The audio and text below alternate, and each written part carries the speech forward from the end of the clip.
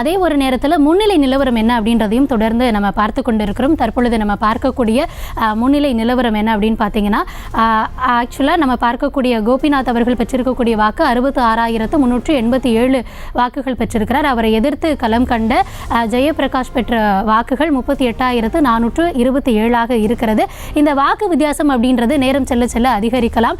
தற்போது கிடைத்திருக்கக்கூடிய தற்போது எண்ணப்பட்டிருக்கிற வாக்குகளின் அடிப்படையில் யார் முன்னிலை யார் பின்னடைவை சந்தித்திருக்கிறார்கள் அப்படின்றத நம்ம பார்த்துட்டு வரும். வாக்கு வித்தியாசம் 27,960 இருக்கிறது. அடுத்து நம்ம பார்க்கக்கூடிய தொகுதி தருமபுரி. தொடர்ந்து தருமபுரியில் சௌமியா அன்புமணி அவர்கள் தொடர்ந்து முன்னிலை பெற்று வருகிறார். அதை நம்ம பார்த்துட்டு இருக்கோம். அவர்கள் பெற்றிருக்கக்கூடிய வாக்கு தற்போதைய நிலவரப்படி 1,15,065 வாக்குகளை அவர் பெற்று முன்னிலை வகித்து வருகிறார். பாஜக கூட்டணியில் பாமக தரப்பிலிருந்து ஒரு தொகுதியில் முன்னிலையில் இருக்காங்கன்னா தொடர்ந்து தருமபுரியில் இருந்துட்டு வராங்க.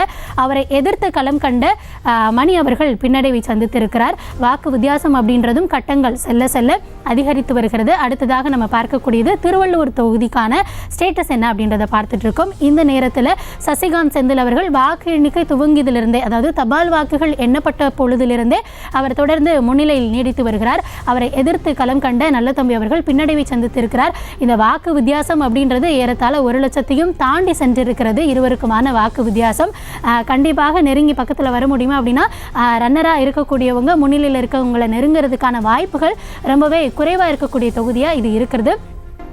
அடுத்ததாக நம்ம பார்க்க போகிற தொகுதி எது அப்படின்னா திண்டுக்கல். தனி தொகுதியாக கருதப்படக்கூடிய திண்டுக்கல்லில் தொடர்ந்து சச்சிதானந்தம் அவர்கள் முன்னிலை பெற்று வருகிறார். அவரை எதிர்த்து களம் கண்ட அதிமுக சார்பாக களம் கண்ட முகமது முபாரக் அவர்கள் பின்னடைவில் இருக்கிறார். ஆரம்பத்திலேருந்து இந்த ஸ்டேட்டஸ் மாறி வருதா அப்படின்னா திண்டுக்கல்லை பொறுத்த வரைக்கும் சச்சிதானந்தம் ஸ்ட்ராங்கான ஒரு லீடிங்கில் இருந்துகிட்டே வராரு. இருவருக்குமான வாக்கு வித்தியாசம் அப்படின்றது ஏறத்தாழ 1,28,000 வாக்குகள் வித்தியாசத்தில் தான் ரெண்டு பேரும் இருக்காங்க. சச்சிதானந்தம் தொடர்ந்து 2,00,000 வாக்குகளை நெருங்கி சென்று கொண்டு இருக்கிறார். இன்னும் நேரம் செல்ல செல்ல இந்த வாக்கு எண்ணிக்கை தொடர்ந்து நடைபெறக்கூடிய நேரத்தில் இந்த வாக்கு வித்தியாசம் தொடர்ந்து அதிகரிக்கலாம். திமுக கூட்டணியில் இடம்பெற்றிருக்கக்கூடிய அவர்களுடைய தரப்பிலிருந்து களம் கண்ட சச்சிதானந்தம் தொடர்ந்து திண்டுக்கல் தொகுதியில் முன்னிலை வகித்து வருகிறார்.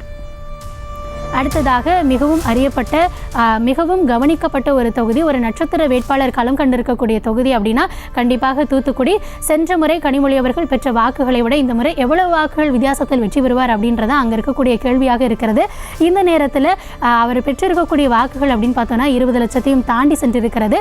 அவரை எதிர்த்து களம் கண்ட சிவசாமி வேலுமணி அவர்கள் பெற்றிருக்கக்கூடிய வாக்குகள் மிக சொற்பமாக இருக்கிறத நம்மளால் திரையில் பார்க்க முடியுது. இதனால் வாக்கு வித்தியாசம் அப்படின்றது ஏறத்தாழ நிறையவே இருக்கிறது. தொடர்ந்து அந்த அப்டேட்ஸ் என்ன அப்படின்றத தொடர்ந்து நம்ம பார்த்துட்டு வரோம். தூத்துக்குடியில் கனிமொழி அவர்கள் தொடர்ந்து முன்னிலை பெற்று வருகிறார். அதுதான் தற்பொழுது களத்திலிருந்து கிடைக்கக்கூடிய தகவலாக இருக்கிறது. செய்திகளை உடனுக்குடனும் துல்லியமாகவும் தெரிந்து கொள்ள சப்ஸ்கிரைப் பண்ணுங்க.